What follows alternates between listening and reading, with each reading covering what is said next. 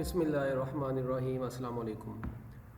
हमारे पास जो कि हमने लास्ट टाइम फंडामेंटल पार्टिकल्स को स्टडी किया था, जिसमें हमने ये बात पढ़ी थी कि फंडामेंटल पार्टिकल्स दो तरह के हैं, फर्मियोन्स और बोसोन्स। अब फर्मियोन्स के बारे में हमने बोला था कि ये क्वार्क्स और लेप्टॉन्स हैं, इसमें आते। फिर आगे से क्वार्क्स क्या हैं, लेप्टॉन्स क्या हैं, ये तमाम चीज़ें हम डिस्कस कर चुके हैं अपने प्रीवियस लेक्चर के अंदर। आज के हमारे इस टॉपिक में हमने डिस्कशन करनी है बोसोन्स की। बोसोन्स क्या चीज़ हैं, इनको सारा स्लाइड्स के अंदर मैंने आगे डिस्कस किया हुआ डिटेल में। यहाँ पर बस एक फ्लो चार्ट सा बना है, इसको ज़रा देख लें। बोसोन्स जो हैं ये फोर्स कैरिंग पार्टिकल्स हैं, ठीक है। जिस तरह ये मैटर के पार्टिकल्स हैं, इसी तरह फोर्स कैरिंग के रिस्पॉन्सिबल्स होते हैं ये।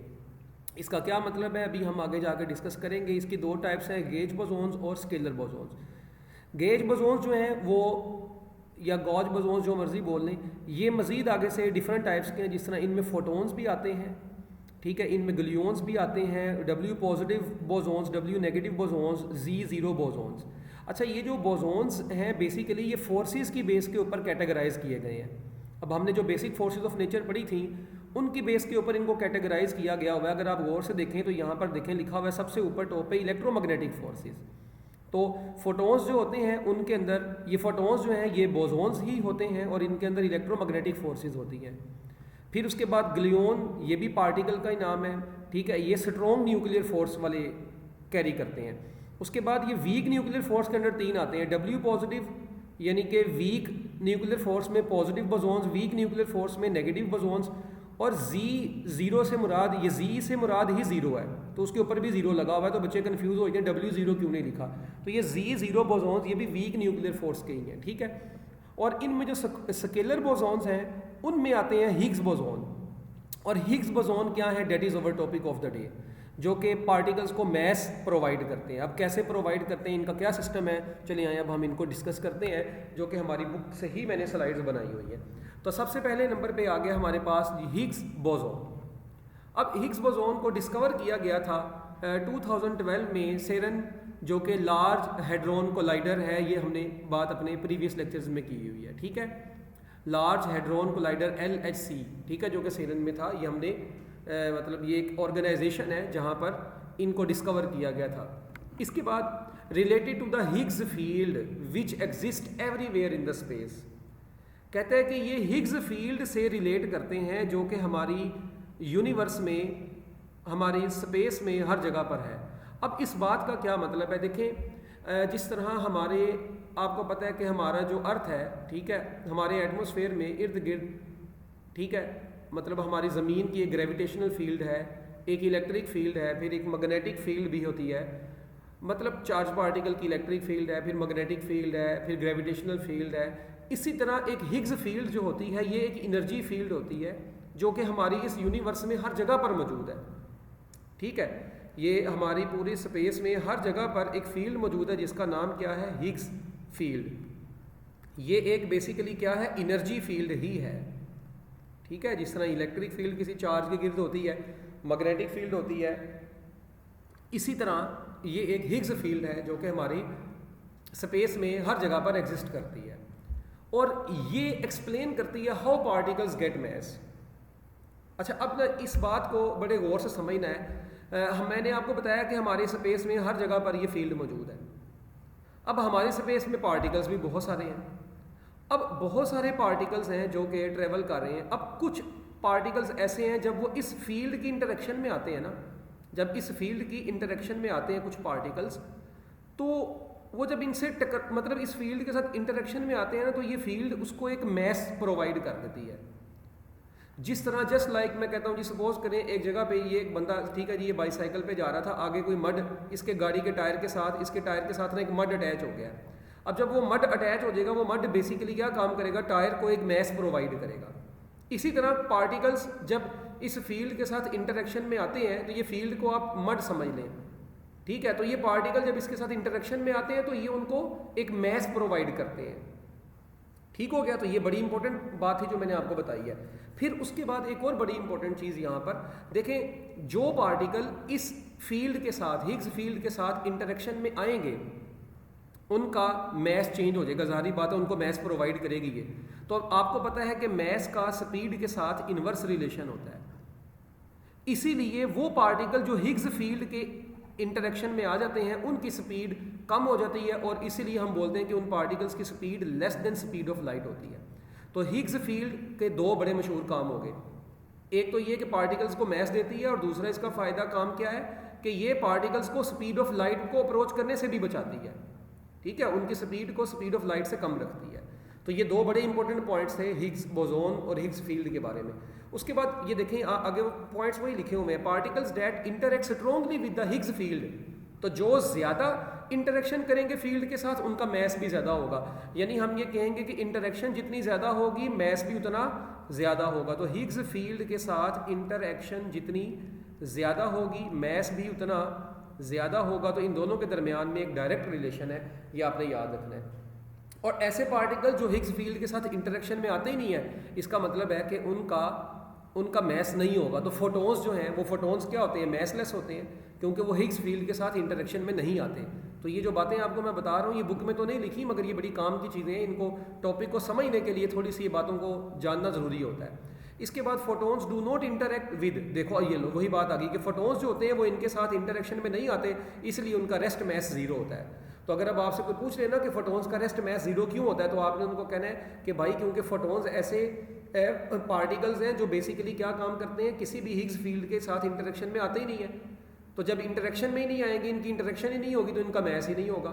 इसीलिए ये स्पीड ऑफ लाइट से भी तो ट्रेवल करते हैं, फिर इसीलिए इनकी जो स्पीड होती है वो स्पीड ऑफ लाइट की इक्वल होती है। तो ये बड़ी इंपॉर्टेंट बात थी। इसके बाद हिग्स बोसोन, जो पार्टिकल्स हिग्स बोसोन बन जाते हैं उनका जो मैस होता है, कहते हैं कि वो mass 125 giga electron volt divided by C square, ये वहीं से निकला हुआ है। m is equal to energy divided by C square, तो वो एनर्जी की जगह पे गीगा इलेक्ट्रॉन वोल्ट का यूनिट है इसका, ठीक है, और नीचे सी स्क्वायर। तो ये यहाँ से कैलकुलेशन इसकी हमारी बुक में नहीं है, बस याद रख लें इसको। It decays very quickly into other particles, और कहता है जो हिग्स बोसोन्स होते हैं ये वेरी क्विकली अदर पार्टिकल्स में डिके हो जाते हैं। अच्छा एक आपको मैं बात बताऊँ, ये जो हिग्स बोसोन का टॉपिक है ये शॉर्ट क्वेश्चन और एमसीक्यूज के लिहाज से तो इंपॉर्टेंट है, अगर लॉन्ग में आ गया तो आपकी किस्मत है, ठीक है। Higgs boson gets its mass from its interaction with Higgs field, ये वही बात कर दी मैंने कि हिग्स फील्ड जितनी ज़्यादा इंटरेक्शन में आएगी पार्टिकल का मैस भी उतना ज़्यादा होगा, ये बात हम ऊपर डिस्कस कर चुके हैं। दूसरी बड़ी इंपॉर्टेंट बात कहता है it can be a special way to study the conditions of the universe just after the Big Bang and to find the sign of dark matter because of its unique properties। कहता है ये Higgs boson की जो ये unique properties, अब unique properties कौन सी हैं कि जब भी कोई पार्टिकल इस फील्ड के साथ इंटरेक्शन में आता है तो ये उसको मैस भी दे देता है और उसकी स्पीड को भी स्पीड ऑफ लाइट से कम रखता है। तो ये इसकी यूनिक प्रॉपर्टीज़ हैं।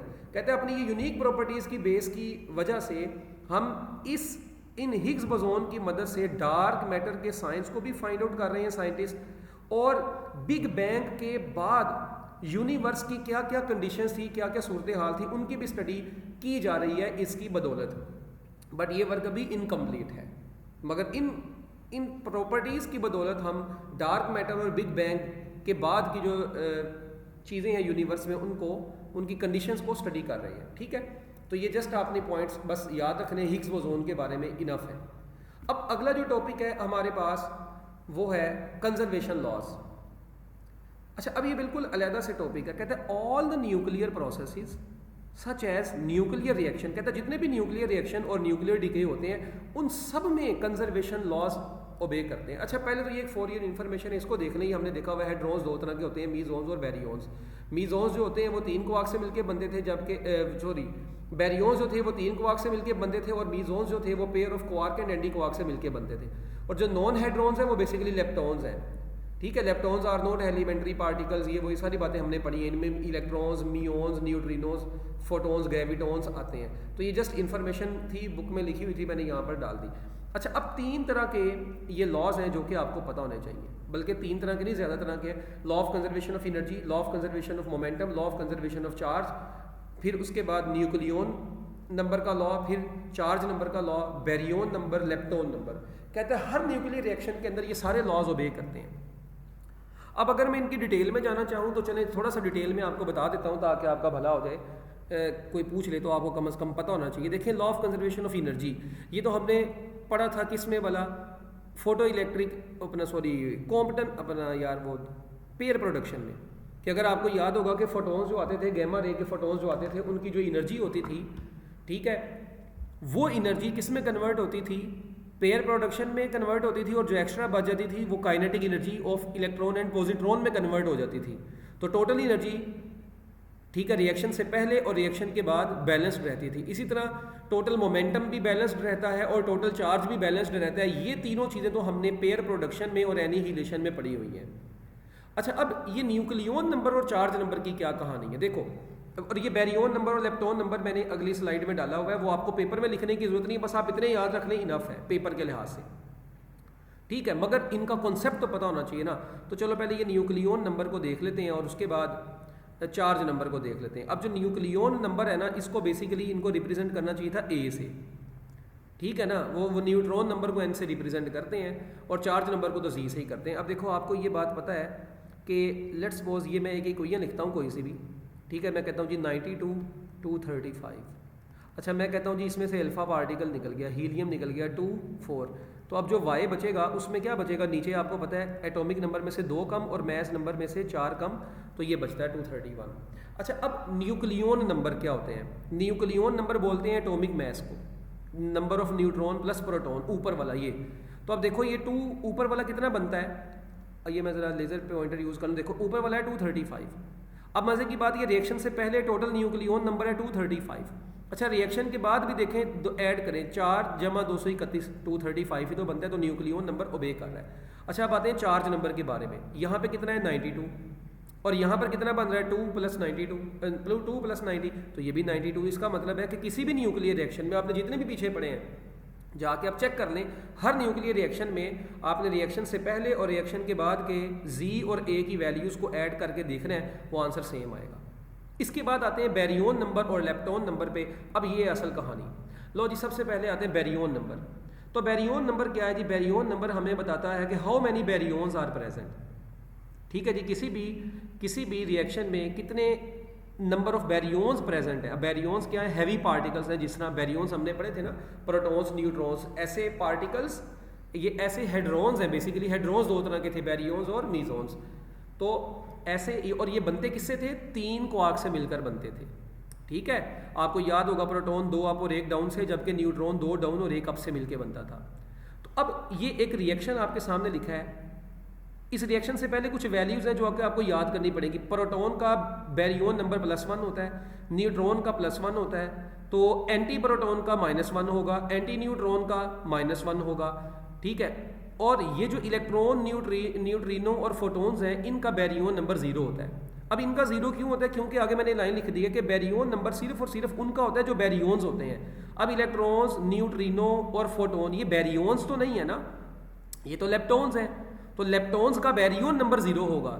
इसी तरह लेप्टॉन्स का लेप्टॉन नंबर होगा, मगर लेप्टॉन्स का बैरियन नंबर 0 होगा, ठीक है। अभी आगे आएगा, टेंशन नहीं लेनी। तो अभी बस आपको ये वैल्यूज याद रखनी है, प्रोटॉन का +1, न्यूट्रॉन का +1, एंटी प्रोटॉन, जब एंटी आ गया तो -1 आ जाएगा। तो चलो, अब ये रिएक्शन हमने पढ़ा था कि न्यूट्रॉन जो होता है वो प्रोटॉन में, इलेक्ट्रॉन में और ये एंटी न्यूट्रिनो में कन्वर्ट होता है, ओके। अब ये रिएक्शन से पहले देखें आप बैरियन नंबर कितना होगा, बिफोर, तो न्यूट्रॉन है तो +1 होगा, डन। अच्छा, प्रोटॉन है राइट साइड पे, अब आफ्टर में प्रोटॉन है +1, इलेक्ट्रॉन का 0, एंटी न्यूट्रिनो का 0, तो इन तीनों को ऐड कर दो, 1 0 0, तो आंसर क्या आया, +1 नहीं आया। तो देखो बिफोर और आफ्टर जो बैरियन नंबर है वो कंजर्व्ड है, ठीक हो गया। अच्छा जी, इसके बाद आगे बात करते हैं अब लेप्टॉन नंबर। लेप्टॉन नंबर सिर्फ उनका होगा जो लेप्टॉन्स होंगे, ठीक हो गया। अब जिस तरह देखें, आप देखें लेप्टॉन नंबर में वैल्यूज में देखें, इलेक्ट्रॉन, लेप्टॉन है +1, न्यूट्रिनो +1, एंटी इलेक्ट्रॉन तो फिर -1 होगा, जब एंटी आ गया तो -1, इसी तरह एंटी न्यूट्रिनो -1। मगर प्रोटॉन और न्यूट्रॉन का लेप्टॉन नंबर 0 है, क्योंकि प्रोटॉन और न्यूट्रॉन जो है वो बैरियंस हैं, तो बैरियंस का लेप्टॉन नंबर 0 होता है, इसी तरह लेप्टॉन्स का बैरियन नंबर 0 होता है। तो ये बड़ी काम की बातें हैं, ये आपको एंट्री टेस्ट में भी काम आएंगी। ये अगर यहाँ पर ये पेपर में, तो मतलब मेरा नहीं ख्याल आएंगी, उसकी वजह ये है कि बुक में उसने एग्जाम्पल्स दी, तो ये जस्ट आपके कॉन्सेप्ट के लिए आपको समझाई जा रही हैं। अब ये दोबारा से एक इक्वेशन हमने पकड़ी कि न्यूट्रॉन इसमें कन्वर्ट हुआ। अब देखें न्यूट्रॉन्स का लेप्टॉन नंबर 0 होता है। अच्छा, अब राइट साइड पे चलते हैं आफ्टर में। प्रोटॉन का कितना होता है? प्रोटॉन का कितना होता है? 0 होता है। अच्छा, इलेक्ट्रॉन का कितना होता है? +1। एंटी न्यूट्रिनो का -1। तो आप देखो -1 +1 और प्रोटॉन का तो वैसे ही 0, तो आप देखें -1 +1 से कट जाएगा तो टोटल भी 0 आया। तो इसका मतलब लेप्टॉन नंबर भी इस रिएक्शन में कंजर्व्ड है। तो ये मतलब था ये वाले पॉइंट्स का, जो कि अब मेरे ख्याल में आपको क्लियर हो गए होंगे। अगर कोई आपसे मल्ले में पूछ भी ले ना, पुत्र इसकी एग्जाम्पल तो दो, तो आपने बता देना कि भाई ये हमने सर EM के लेक्चर्स लिए थे, उसमें हमने इसको बड़े अच्छे तरीके से समझ लिया था। ठीक हो गया? तो वीडियो को बैक करके भी आप सुन सकते हैं अगर आपको कहीं पे कोई कन्फ्यूजन हो। इसके अलावा अगर फिर भी कोई कन्फ्यूजन हो तो आप कमेंट में कमेंट करें, इंशाल्लाह मैं आपको ज़रूर दोबारा से गाइड कर दूंगा। अच्छा जी, इसके बाद है, अब ये छोटे छोटे टॉपिक्स हैं, asymmetry of matter and anti matter in the universe. अगर आपको याद हो, मैंने बैरियन एसिमेट्री प्रॉब्लम के बारे में डिस्कस किया था एक दफ़ा प्रीवियस लेक्चर्स में। मैंने ये बताया था कि जब बिग बैंग हुआ था तो ये कहा जाता है कि बिग बैंग के बाद मैटर और एंटी मैटर बने थे इक्वल अमाउंट्स में, मगर उनमें से एक पार्टिकल, एक मैटर का पार्टिकल एक्स्ट्रा बच गया था, जिसकी वजह से आप हैं, मैं हूँ, ये दुनिया है, ये सारा कुछ है, मैटर जितनी भी है वो सारी वो एक पार्टिकल की बदौलत है। तो यहाँ पर कुछ वही बातें करेंगे। Observation shows that universe is made up mostly of matter not anti matter. क्यों? क्योंकि मैटर का एक पार्टिकल एक्स्ट्रा बच गया था, एंटी पार्टिकल और एंटी मैटर और मैटर मिलकर कैंसिल हो गए थे, एनर्जी में कन्वर्ट हो गए थे, मगर एक मैटर चर्सी एक्स्ट्रा बच गया था। तो इसलिए मोस्ट ऑफ द यूनिवर्स किससे मिलकर बनी है? मैटर से मिलकर बनी है। ठीक। अच्छा, मैंने ना इनको बड़ा प्रिसाइज करके इन पॉइंट्स को लिखा है बुक में, आप देखेंगे बहुत लंबी लंबी अंग्रेजी लिखी है ना, मैंने वो लंबी अंग्रेजी निकाल के ना शॉर्ट शॉर्ट पॉइंट्स बना के लिख दी हैं, ताकि आप पेपर में इन पॉइंट्स को याद करके जाओ और जिंदगी में सुकून हासिल करो। आगे, we see that like hydrogen and helium, ठीक है, but almost no anti hydrogen और एंटी हीलियम। कहता है ये जो हाइड्रोजन और हीलियम है ये मैटर है, तो इनका एंटी हाइड्रोजन और एंटी हीलियम है ये हमें देखने को नहीं मिलते। ठीक है, साइंटिस्ट इस चीज के बारे में सोचते हैं, this happened because in the early universe matter and anti matter were not created in exactly equal amounts. यानी साइंटिस्ट सोचते हैं कि यार मैटर और एंटी मैटर इक्वल अमाउंट में नहीं बने थे। शुरू में यही था कि इक्वल अमाउंट्स में, मगर आपको मैंने बताया कि फिर एक ज्यादा बच गया था मैटर का पार्टिकल। तो साइंटिस्ट यही कहते हैं कि मैटर और anti matter exactly equal amounts में नहीं बने, अगर वो बने होते तो आज हम ना होते। ठीक है। अच्छा, the exact reason for this imbalance, मगर ये इम्बैलेंस क्यों आया, ये रीजन अभी तक जो है साइंटिस्ट ने भी इसको प्रूफ नहीं किया कि ऐसा क्यों है, ये इम्बैलेंस किस वजह से है, तो ये अभी तक अनसॉल्व्ड है। तो ले जी, ये एसिमेट्री ऑफ, तो अगर आपसे कोई पूछ ले शॉर्ट क्वेश्चन में कि what do you know about asymmetry of matter and anti matter in the universe, तो आपने ये 3-4 पॉइंट लिख देने, इनफ। इसके बाद अगला टॉपिक है most of the matter in the observable universe is plasma. अच्छा जी, अब उसकी भी अब बड़ी सिंपल सी रीज़न है, देखें, कहते हैं साइंटिस्ट इस चीज़ के बारे में जानते हैं कि scientist know only about 5% of the universe. Scientist अभी यूनिवर्स का सिर्फ 5% जानते हैं, 95% के बारे में कोई इन्फॉर्मेशन नहीं है। मगर ये जरूर कहा जाता है कि 95% जो है वो बना हुआ है, उसमें से 27% डार्क मैटर है और 68% डार्क एनर्जी है, दोनों को ऐड करें 95% बन जाएगा, which we still don't fully understand, जिसको हम आज तक अभी तक सही तरह नहीं समझ सके। आप थोड़े से बड़े होकर समझा दीजिएगा हमें भी। ठीक हो गया? ओके हो गया जी। अच्छा जी, इसके बाद नेक्स्ट है, कहता है कि in the 5% we do know most ordinary matter like hydrogen and helium exist in plasma state specially in stars. कहते हैं इस 5% के अंदर हम ये जानते हैं कि जो मैटर है, ऑर्डिनरी मैटर है ज़्यादातर लाइक हाइड्रोजन एंड हीलियम, ये प्लाज्मा स्टेट में एग्जिस्ट करती है और स्पेशली ये स्टार्स के अंदर होती है। ये जस्ट इन्फॉर्मेशन बेस्ड टॉपिक है, ठीक है। इसकी अगर गहराई में जाएं तो फिर तो वो बड़ी लंबी लंबी कहानियों में निकल जाएंगे, बट हमें अभी हम पार्टिकल फिजिक्स का सब्जेक्ट स्पेशलिस्ट नहीं बन रहे, तो इसलिए जितना आपकी बुक में है उसको मैंने बस प्रिसाइज करके पॉइंट्स बना दिए ताकि आप याद कर लें। So most of the matter in the observable universe is in the form of plasma not solid liquid. अब ये पेपर में MCQ आ सकता है कि बताएं जी मोस्ट ऑब्जर्वेबल मैटर जो है वो यूनिवर्स में वो क्या है, नीचे ऑप्शन दी होगी सॉलिड, लिक्विड, गैस, प्लाज्मा। तो फोर्थ स्टेट जिसको आप बोलते हैं वो प्लाज्मा में है। ठीक है। इसके बाद नेक्स्ट हमारे पास छोटा सा टॉपिक है the theories about the forces between the message of the particles. हमें पता है कि हर इस दुनिया के हर दो मैसेज के दरमियान में एक फ़ोर्स होती है। उन फोर्सेस और पार्टिकल्स उन फोर्सेस के ऊपर कुछ थ्योरीज हैं जो कि हमारे इस टॉपिक में डिस्कस की गई हैं, जिसमें सबसे पहले नंबर पे आती है क्वांटम फील्ड थ्योरी। अच्छा, अब ये क्वांटम फील्ड थ्योरी का नाम सुनते साथ आप बुक में देखेंगे काफ़ी ज़्यादा एक्सप्लेनेशन है, आपको शॉर्ट क्वेश्चन में ही आएगा, या अगर ये लॉन्ग में भी आता है तो आप इसके ये पॉइंट्स जिस तरह मैंने बताए हुए हैं ऐसे लिख दीजिएगा। तो क्वांटम फील्ड थ्योरी का पहले मैं आपको थोड़ा सा समझा देता हूँ। यूनिवर्स में हर जगह पर फील्ड मौजूद है, ये तो आपको पता है, हर जगह पर कोई ना कोई फील्ड मौजूद है। पार्टिकल्स, उन फील्ड्स की वाइब्रेशंस होते हैं। जितने भी आप पार्टिकल्स पढ़ते हैं, ये थ्योरी ये कहती है कि पार्टिकल्स उन फील्ड्स की वाइब्रेशंस होते हैं, यानी कि हर पार्टिकल किसी ना किसी फील्ड की वाइब्रेशन से बना हुआ है। और जो फोर्सेस आप पढ़ते हैं पार्टिकल्स के दरमियान में, फोर्सेस पार्टिकल्स के एक्सचेंज से होती हैं। ठीक है, ये 3 पॉइंट है इस थ्योरी के मेन। वीडियो को बैक करके सुन लीजिएगा, थोड़ा सा आगे चलते हैं। अब जरा देखें, इन मॉडर्न फिजिक्स ये वही बातें हैं, मगर अब जरा उसने थोड़ा सा मैंने बुक वाली वर्डिंग में लिख दी है, तो यहाँ मैंने जो भी बोले हैं वो थोड़े से आसान वर्डिंग थी, तो वो आप पीछे बैक करके उसको उर्दू में कहीं पे लिख लें ताकि आपको याद रहे। अब कहते हैं मॉडर्न फिजिक्स में एवरी पार्टिकल, ठीक है, is actually a tiny vibration in a field that fills all the space. अभी मैंने बताया कि हमारी यूनिवर्स में हर जगह पे कोई ना कोई फील्ड मौजूद है। तो पार्टिकल्स बेसिकली ये इलेक्ट्रॉन, प्रोटॉन, न्यूट्रॉन्स वगैरह इन फील्ड्स की वाइब्रेशंस होते हैं। ठीक है, तो यही बात यहाँ पर लिखी हुई है कि every particle is actually a tiny vibration in a field या ऑफ अ फील्ड। उसके बाद फोर्सेस की बात करें तो फोर्सेस उस वक्त लगाते हैं पार्टिकल्स जब वो एक्सचेंज करते हैं। ठीक है जी, जब पार्टिकल्स अपने एनर्जीज को, अपनी फोर्सेस को एक्सचेंज करते हैं, अपने मोमेंटम को एक्सचेंज करते हैं, ये सारी बातें भी आएंगी, टेंशन नहीं लेनी। फोर्सेस हैपन, फोर्सेस कब होती हैं? When particles exchange special force particles. ठीक है जी, फोर्स पार्टिकल से मुराद क्या है? बोसोन्स वगैरह। ठीक है, जिस फॉर एग्जांपल फोटोन जो होता है वो इलेक्ट्रोमैग्नेटिज्म में आता है, ग्लून जो है वो स्ट्रॉन्ग फोर्स में आता है। ठीक है, और W पॉजिटिव, W नेगेटिव और Z0 बोसोन्स ये वीक फोर्स में आते हैं। अब ये बात पता कौन सी है जो मैंने आपको इस लेक्चर के शुरू में एक टेबल, वो अपना एक फ्लो चार्ट सा दिखाया था, उस फ्लो चार्ट के अंदर ये लिखा हुआ है कि फोर्स कैरिंग पार्टिकल्स, ठीक है जी, जो फोर्स कैरिंग की रिस्पॉन्सिबल्स हैं, ठीक है, उनके अंदर बेसिकली अभी मैंने आपको टाइप्स बताई थी गेज बोसोन्स, तो वो गेज बोसोन्स में जो मैंने बातें बताई थी ना वो यही हैं। ठीक है, तो बस आप बोसोन्स के बारे में इतनी बात याद रखें कि ये basically carriers of fundamental forces हैं। बोसोन्स क्या है? Basically carriers of fundamental forces हैं।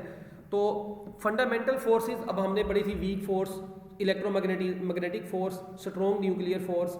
तो ये वही बात कर रहा है कि फोटोन्स में इलेक्ट्रोमैग्नेटिक फोर्स होती है, इलेक्ट्रोमैग्नेटिज्म फोर्स होती है, जबकि ग्लून्स जो है वो स्ट्रॉन्ग फोर्स के साथ जुड़े होते हैं, और जबकि ये जो W पॉजिटिव, W नेगेटिव और Z बोसोन्स हैं ये वीक फोर्सेस के साथ होते हैं। ठीक है, इसके बाद अब अगली बात यहाँ पर ये थी कि so instead of particles pulling on each other directly, अब ये वही बात कर रहे हैं कि दो पार्टिकल्स जब एक दूसरे को पुल कर रहे होते हैं या पुश कर रहे होते हैं, तो बेसिकली होता क्या है कि अगर दो पार्टिकल्स एक दूसरे को पुल या पुश कर रहे हैं, ठीक है, तो वो बेसिकली क्या काम करते हैं, ये अपने एनर्जी और मोमेंटम के पैकेट्स, इस इनके गिर्द फील्ड है, उस फील्ड के अंदर अपनी अपनी एनर्जी और मोमेंटम के पैकेट्स एक दूसरे की तरफ भेज के एक दूसरे को अट्रैक्ट या रिपेल कर रहे होते हैं। ये मैं नहीं कह रहा, ये quantum theory, quantum field theory कह रही है कि particles pulling on each other directly, कहता है ये डायरेक्टली एक दूसरे को पुल करने की बजाय ये एक दूसरे के साथ अपनी फील्ड के थ्रू मोमेंटम और एनर्जी के पैकेट्स को एक दूसरे की तरफ सेंड कर रहे होते हैं। जिस तरह आपको पता है कि लाइट जो होती है, किसी भी बल्ब से या ट्यूब लाइट से जो लाइट होती है, वो लाइट किसकी फॉर्म में निकलती है? लाइट ट्रेवल करती है फोटोन्स की फॉर्म में। ठीक है, तो इसी तरह पार्टिकल्स की जब पुलिंग होती है तो ये बेसिकली पैकेट्स ऑफ एनर्जी और मोमेंटम की फॉर्म में अपनी फील्ड के अंदर अंदर पैकेट्स ऑफ एनर्जी और मोमेंटम की फॉर्म में इंटरेक्शन करते हैं। तो ये फील्ड क्वांटम थ्योरी। तो सादा जुबान में यूनिवर्स में हर जगह पर जो हमारे फील्ड मौजूद है, पार्टिकल्स उन फील्ड्स की वाइब्रेशंस ही हैं। बेसिकली हर पार्टिकल किसी फील्ड की वाइब्रेशन है, और फोर्सेस उन पार्टिकल्स के एक्सचेंज से बनती हैं। ठीक है, तो ये लाइन बस आप इसके बारे में याद रखें। इसके बाद आती है जी नेक्स्ट थ्योरी, स्ट्रिंग थ्योरी, जिसके बारे में आप बहुत सुनते हैं। String theory says that the smallest thing in the universe are not point like particles. लो जी, इसने कोई अनोखी कहानी सुना दी। कहता है कि इस यूनिवर्स की सबसे छोटी चीज़ जो है ना वो पॉइंट लाइक पार्टिकल्स नहीं है बल्कि वाइब्रेटिंग एनर्जी स्ट्रिंग्स है। अच्छा, आप मेरी बात सुने ज़रा। आपको पता है मॉलिक्यूल्स हैं, मॉलिक्यूल्स के अंदर कौन आते हैं? एटम्स आते हैं। अच्छा, फिर एटम्स के अंदर कौन आता है? इलेक्ट्रॉन आते हैं, प्रोटॉन आते हैं, न्यूट्रॉन आते हैं। अब ये आपको पता है इलेक्ट्रॉन तो चलो मान लिया कि ये लेप्टॉन्स हैं, ठीक है, ये तो लेप्टॉन्स में आ गए। प्रोटॉन और न्यूट्रॉन जो होते हैं ये बेसिकली हेड्रॉन्स में आते हैं, ये आते हैं बैरियॉन्स में, ठीक है, 3 क्वार्क से मिलके बनते हैं, तो ये क्वार्क से मिलके बने होते हैं। अब इस यूनिवर्स के सबसे छोटे पार्टिकल्स क्वार्क्स हैं, मगर स्ट्रिंग थ्योरी कहती है कि ये जो क्वार्क्स होते हैं इनके अंदर भी ऐसे वाइब्रेटिंग एनर्जी स्ट्रिंग्स, जिस तरह वो आपने प्रीवियस लेक्चर्स में, प्रीवियस चैप्टर्स के अंदर स्ट्रिंग में स्टेशनरी वेव्स पढ़ी थी। Stationery waves in a stretched string, रस्सी को हम डिफरेंट पोजीशन से प्लग करते हैं तो डिफरेंट वाइब्रेशंस बनती हैं ना। तो स्ट्रिंग थ्योरी ये कहती है कि क्वार्क्स इस यूनिवर्स के स्मॉलर पार्टिकल्स के अलावा उनके अंदर भी वाइब्रेटिंग एनर्जी स्ट्रिंग्स है, इसीलिए इस थ्योरी को स्ट्रिंग थ्योरी बोला जाता है। तो ये बात याद रखिएगा।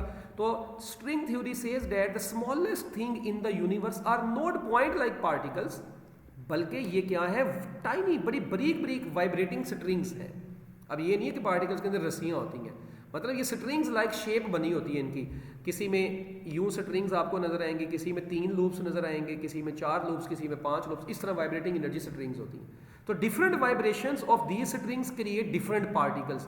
और यही अब देखें, सपोज करें प्रोटॉन में 2 स्ट्रिंग्स हैं, न्यूट्रॉन में 3 स्ट्रिंग्स हैं, ठीक है, ओमेगा में 10 स्ट्रिंग्स हैं। मैं सपोज कर रहा हूँ, मैं ये नहीं कह रहा कितनी ही होती हैं। मतलब ये different vibrations of the strings जो होती हैं डिफरेंट पार्टिकल्स के अंदर, तो डिफरेंट पार्टिकल्स में डिफरेंट वाइब्रेशन स्ट्रिंग्स होती हैं, ठीक है। और इसीलिए बोला जाता है इस थ्योरी को थ्योरी ऑफ एवरीथिंग, क्योंकि ये एंड है बस अभी तक स्ट्रिंग थ्योरी, मगर इसके ऊपर अभी तक कोई एक्सपेरिमेंटली प्रूफ नहीं आए, इसीलिए हम इसको जस्ट ये कहते हैं कि ये भी जस्ट वैसे ही एक, मतलब आप कह लें कि एक्सपेरिमेंटल बेस्ड नहीं है, जस्ट कहा जाता है कि ऐसा है। तो स्ट्रिंग थ्योरी बेसिकली क्या है कि यूनिवर्स का सब पार्टिकल्स में, यूनिवर्स के सब पार्टिकल्स में छोटी छोटी वाइब्रेटिंग स्ट्रिंग्स होती हैं। इनकी अलग अलग वाइब्रेशन से अलग अलग पार्टिकल्स और फोर्सेस बनती हैं, लेकिन ये चीज़ अभी प्रूफ नहीं हुई। तो आप वीडियो को बैक करके भी सुन लीजिएगा, और ये बातें बड़ी सिंपल सी बातें थी, मैंने ऊपर जो ये बात बता दी है ना, इसी बात के अंदर आपके मैक्सिमम कॉन्सेप्ट क्लियर हो जाते हैं। ले जी, इसके बाद है जी एक स्टैंडर्ड मॉडल। स्टैंडर्ड मॉडल भी क्या काम करता है? जिस तरह बाकी थ्योरीज हैं इस तरह ये भी क्या काम करता है? स्मॉलेस्ट पार्टिकल्स को डिस्क्राइब करता है कि और ये कैसे इंटरेक्ट करते हैं उनके बारे में बताता है। जिस तरह हमें पता है कि मैटर जो है वो किससे मिलकर बनी है? क्वार्क्स और लेप्टॉन से। जबकि फोर्सेस जो हैं वो कैरिड होती हैं बाय बोसोन्स। फोर्स देखें, ये मैटर के पार्टिकल्स थे, ठीक है जी, जबकि बोसोन्स जो थे मैंने आपको बताया ये फोर्स कैरिंग पार्टिकल्स। और बोसोन्स में इलेक्ट्रोमैग्नेटिक, स्ट्रॉन्ग, वीक फोर्स, और अभी आपने देखा था वीक फोर्स में W पॉजिटिव, W नेगेटिव और Z 0 था। और जबकि स्ट्रॉन्ग में आपने, इलेक्ट्रोमैग्नेटिक में आपने क्या देखा था? गैमा थे, और स्ट्रॉन्ग में आपने देखा था वो ग्लूऑन थे, ठीक है। तो ये हमने पीछे भी पढ़ लिया। And the Higgs boson explain how particles get mass, यानी कि स्टैंडर्ड मॉडल इन तमाम चीज़ों को स्टैंडर्ड मॉडल भी एक्सप्लेन करता है, बट स्टैंडर्ड मॉडल अभी तक इनकम्प्लीट है, क्योंकि अभी तक ये मुकम्मल तौर पे ग्रेविटी को एक्सप्लेन नहीं कर सका। डार्क मैटर और डार्क एनर्जी, डार्क मैटर हमने पढ़ा था ना कि 27% of the universe dark matter है, 68% जो थी वो डार्क एनर्जी थी, और टोटल 95% ये बनती है, जिसके बारे में साइंटिस्ट अभी तक मालूम नहीं कर सके, और हम सिर्फ 5% ऑफ द यूनिवर्स के बारे में जानते हैं। तो ये स्टैंडर्ड मॉडल भी अभी तक इन चीज़ों को एक्सप्लेन नहीं कर सका। So that is the end of your chapter number 12। मैं उम्मीद करता हूँ कि ये चैप्टर बहुत अच्छा गुजरा होगा, ठीक है। आपको अगर तो ये सारी लेक्चर्स अच्छे लगे हैं तो अपने फ्रेंड्स वगैरह के साथ शेयर करें लेक्चर्स को, और चैनल को लाजमी सब्सक्राइब करें। बेस्ट ऑफ लक, अल्लाह हाफिज़।